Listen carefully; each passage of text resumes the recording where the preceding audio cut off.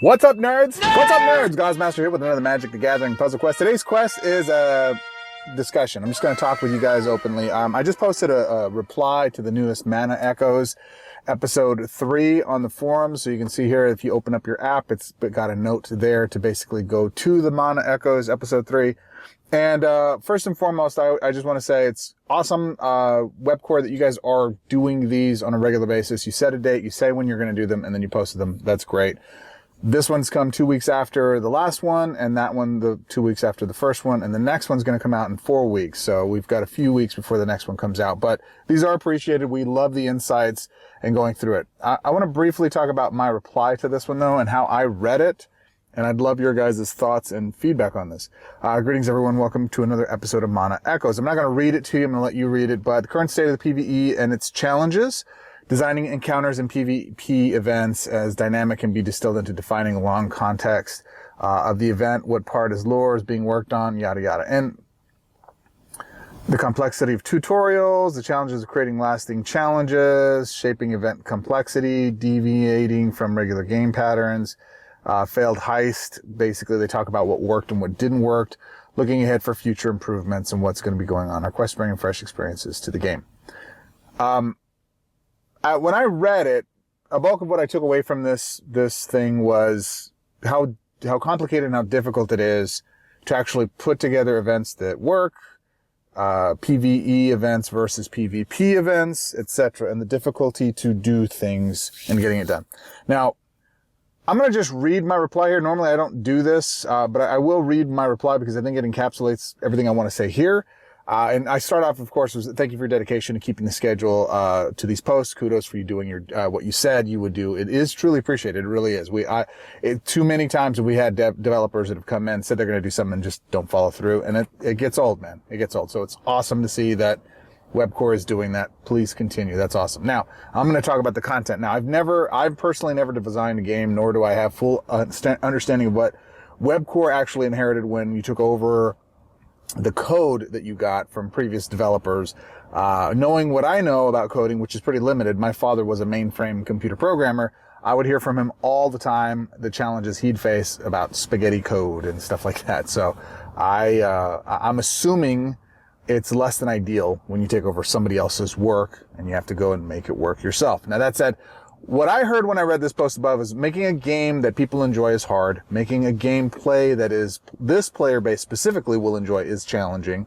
Doing PvE is more time consuming than PvP, regardless of the fact that you guys want more PvE. That's harder for us to do. And creating new fun event mechanics in this game is difficult. Okay, so I'm sorry to have to say this, but so what? Right? Like, this is kind of what you signed up for when you took over this game, isn't it? I mean, you petitioned to be the developers, to basically manage this. I know 505 Games is actually the main developer, and you guys are the facilitators of that. But that is the responsibility of this. I also, before I go into what I actually wrote here, we had a separate conversation in regards to this on my Discord. You should get in there, link in the description, where somebody who actually works in the space is basically saying, hey, this is the way this is designed to work. They don't always make the decisions. The decisions usually come down from other folks. That's fine. I don't have a challenge with that. Budget comes down to work on specific things. And this is such a small game. There's probably not a lot of budget to do all the things we want and we want to see in the game. I'm not arguing that. Nobody's arguing that. We all understand and agree. That's the way it is. We have such a small player base right now that everything that happens that impacts 10% of our player base is magnified. It's significant. Where 5 years ago, when 10% of our player base left or came in, we didn't care because there was a bunch of new people coming in. We had tens of thousands of people playing, over 10,000, 15, 20,000.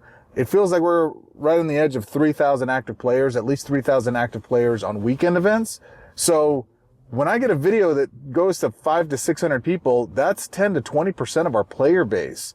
That's significant, man. We have a very small, finite, I should say, player base.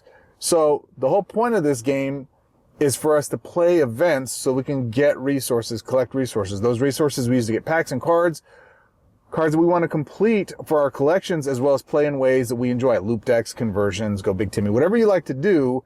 This game has to have a fun experience for us to go collect the resources and the packs to get the cards we are chasing. That's what creates the desire. and then we have to have fun playing with those cards, and then new has to come out. Obviously, they got to stick to the set release schedule that Wizards of the Coast release. I'm not unsensitive to any of that, but I mean, that's what you signed up for. If you're not keeping our interest, right? If we're bored out of our minds playing the same events, same structure, same objectives, objectively worse objectives, right? Looking over the last few years, this new event that we're going to be doing that's team versus team, excited for it. And then you read the objectives and they're like, we're going to get so many frustrated players in this because of the terrible, at least perceptually, I'll play it and feel out how it is, but they just don't look like they match. And event after event, the players lose interest in these types of things. I get making a killer event every time is tough. Nobody's expecting that. Nobody's arguing that. But I'm sorry, man. That's kind of the whole point of your developing job. Keep our interest, be creative in the things you're doing, and get more of our eyeball time as well as our cash. From a business perspective, the more time we spend on app, the more money you get, right? We all understand that's how games and businesses work. The more attention you get from us, the more money we give you. That's the way we roll. So what I do know is this: what we're doing now, these events, especially these objectives, aren't keeping people engaged. Now, I'm not sure if you guys are aware of this, but I have 2 coalitions. I have 2 retired teams, Retirement 1, Retirement 2. And these are people who've retired from other high competitive top 5-1 games. And we have some newer players, but for the most part, historically, we've been just retired players. We have more recently, in the last year, started to let newer players in, not just retires. And then we build them up and we show them a go. They account for about maybe 20% of our player base. Most of our teams are retired people.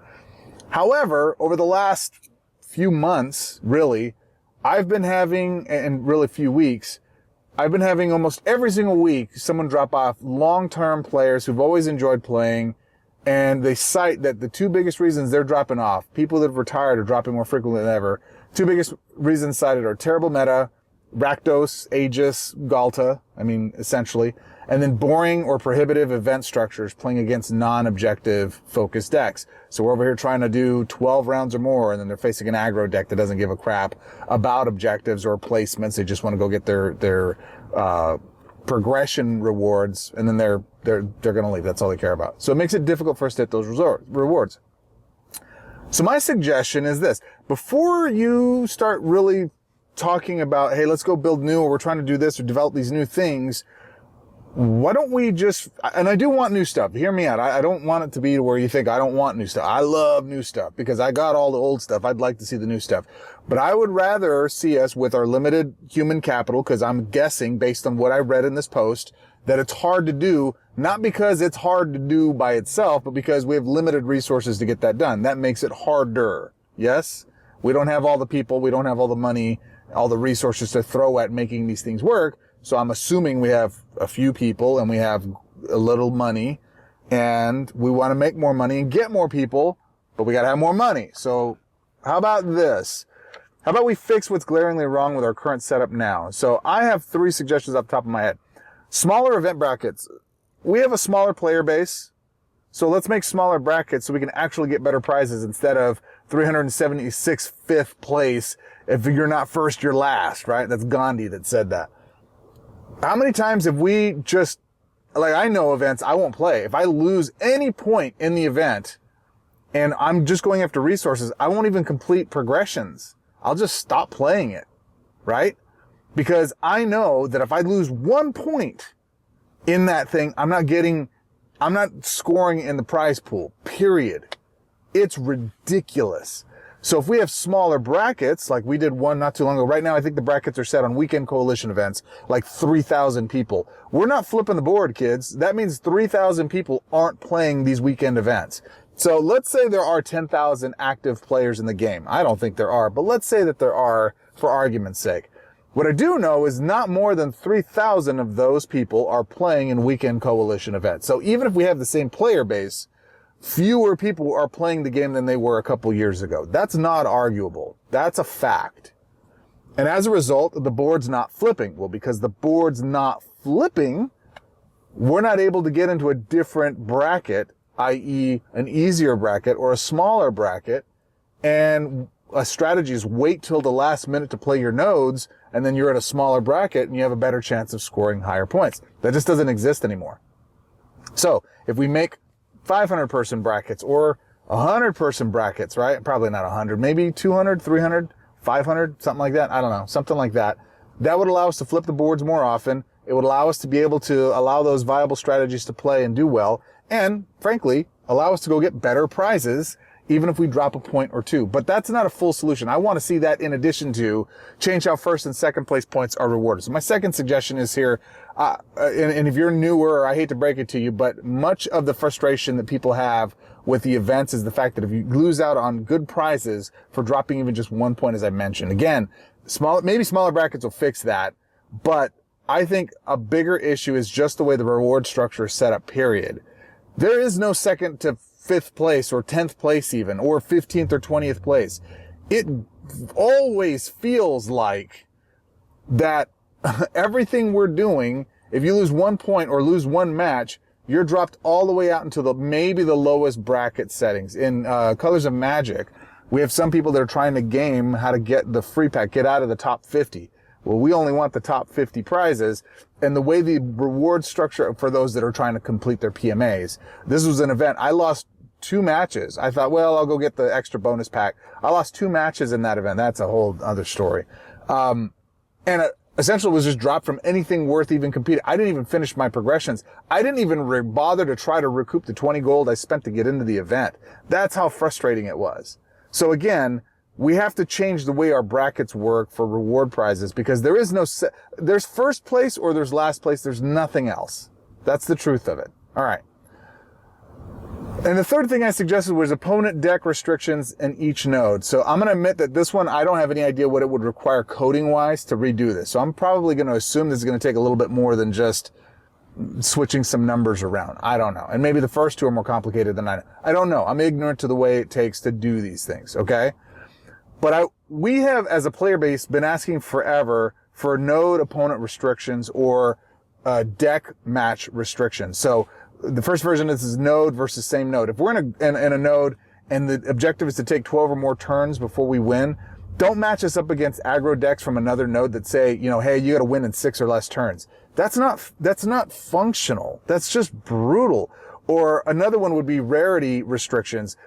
Peasant versus mythics. If we're hamstrung by rarity restrictions and we're trying to make full points in an event, and the deck that Greg is piloting is by somebody that just doesn't give 2 flips, what they're doing, they're not trying to place in the first position. They're just trying to go get their progressions. So they just build a deck that ignores the objective results.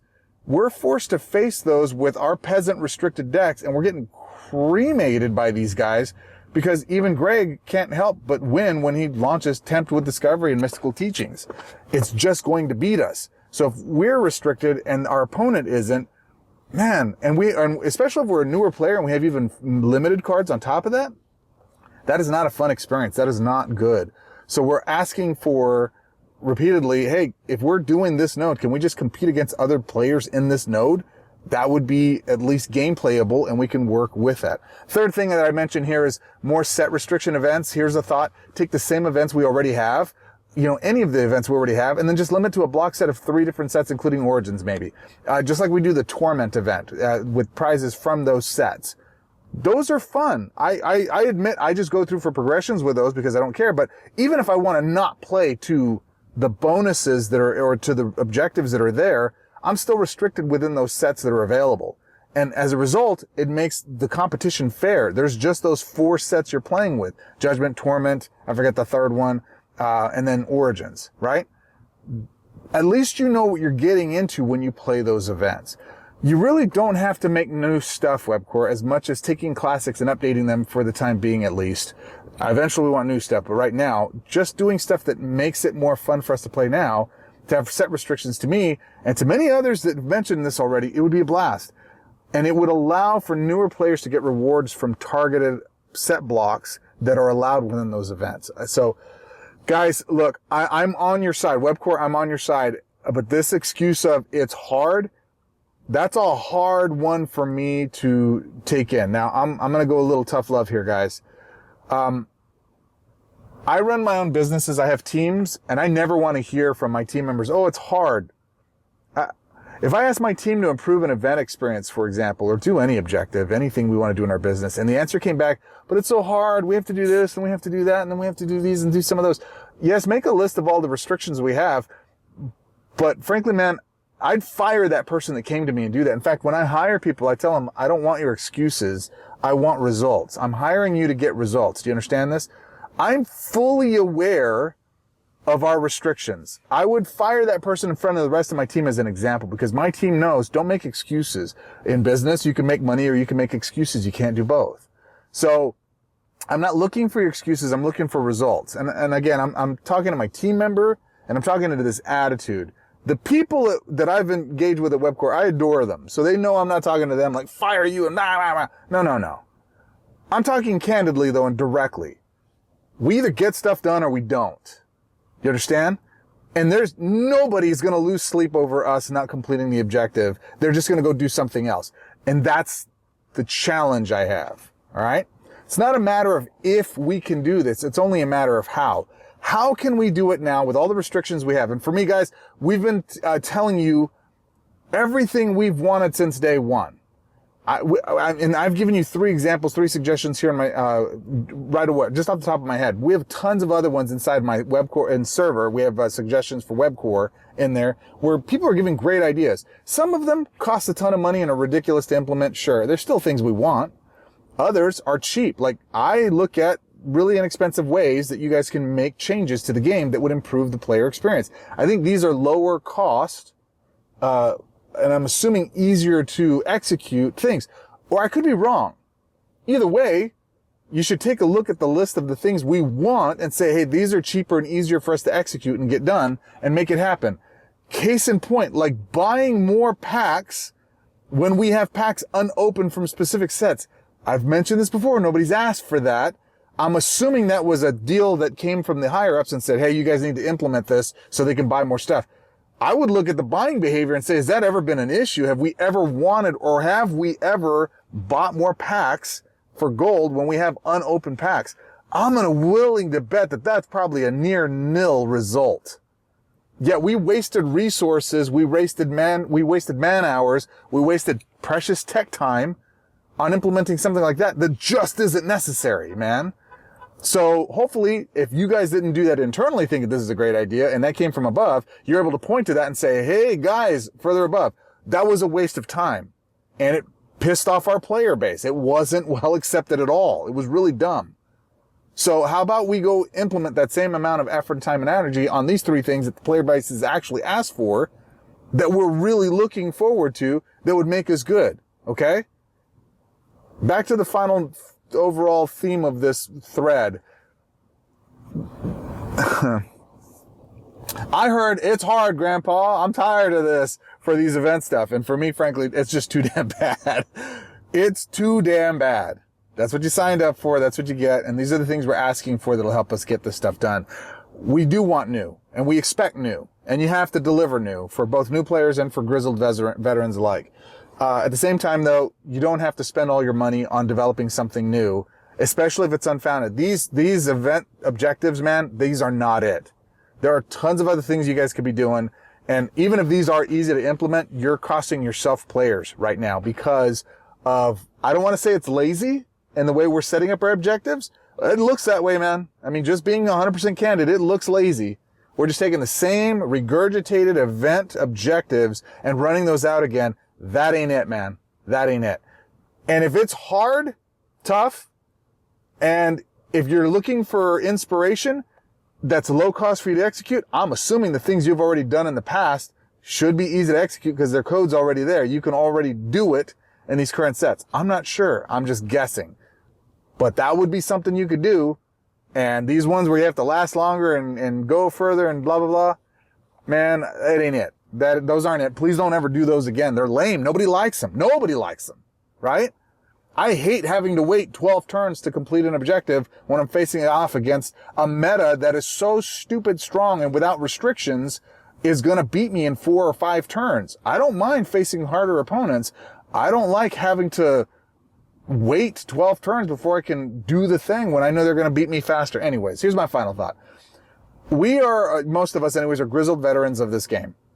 We, for the most part, aren't going anywhere unless you're saying you won't listen to our suggestions and work with us while you're working things out. We understand you guys have this bright, bigger, better future that we're all trying to be participating on, and we're trying to hang on. You got to throw us a freaking bone, man. You got to give us something that we can hang on to that's improving the quality of life for gameplay and keep people playing.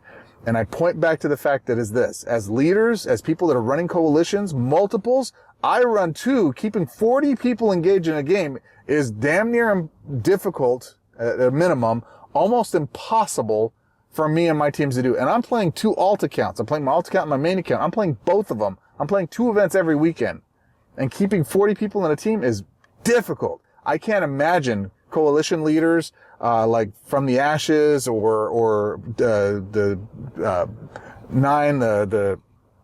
sorry guys, I forget your names. The Power 9 and the rest of the groups, all of you guys that are out there running your own groups, 10 and more coalitions, bro, that's impossible. Okay? So everything you're doing right now is magnified because when we lose 10% of our player base, that's 300 players. That's not a lot. It is when there's 3 grand players active in a coalition each weekend.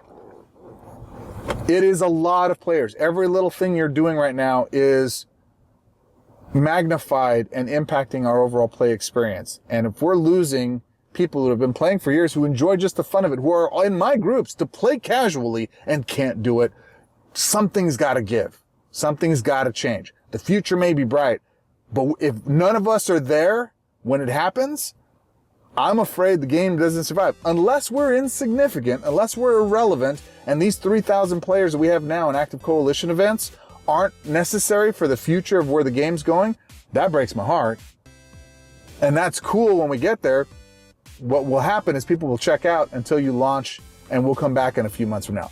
I'm assuming, or a few years from now, or whenever that is, I'm assuming that's not realistic. That's not viable, that you need us to continue to buy new stuff every month, every new set that drops. You need us to consume. I'm gonna assume that. And if that's the case, guys, Webcore, I adore you. I do. I'm on your team. Sponsorship, no sponsorship, I'm with you, okay? What I am saying is something's got to give. You got to give us some stuff that's actually going to work for us and not make the excuse that it's hard, because at the end of the day, it doesn't really matter. What does matter is you're either going to get it done or you're not. You can make excuses or you can get it done. It's up to you guys. And I'm really rooting for you to get it done.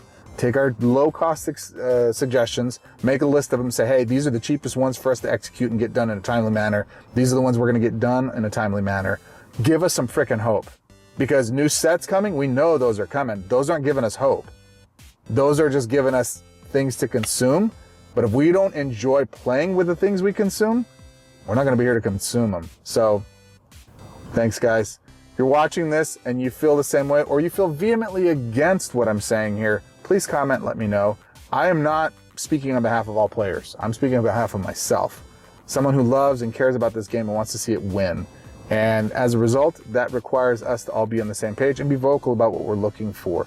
We have some great discourse going on inside of my Discord server that is very much talking about this, and I'd love for you guys to chime in and let me know what you think. Link in the description below. Comment, like, subscribe as always, get into the Discord. As always, till our next quest, my friends, swords up. I got an Aether Spark review coming. I'm going to get it out, but it might be after it's even out of the vault. That's another comment altogether. All right, guys. I will talk to you soon, my friends. All the best. Talk soon. Bye.